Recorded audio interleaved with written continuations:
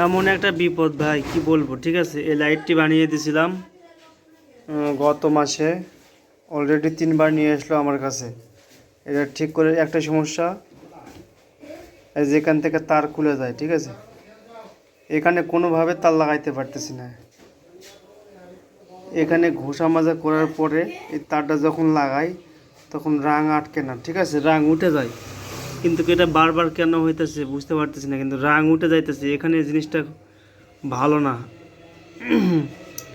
মানে এটা কি বলবো, এটা লোহার না, এটা কিসে সিলভারের নাকি। এখানে রাং কোনোভাবে লাগতেছে না। আমি তো খুব পেরেশানের মধ্যে আছি, এটা কেমনে লাগাবো।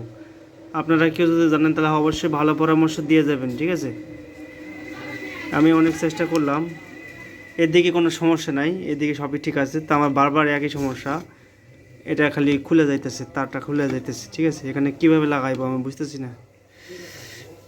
অনেক চেষ্টা করলাম। ঠিক আছে,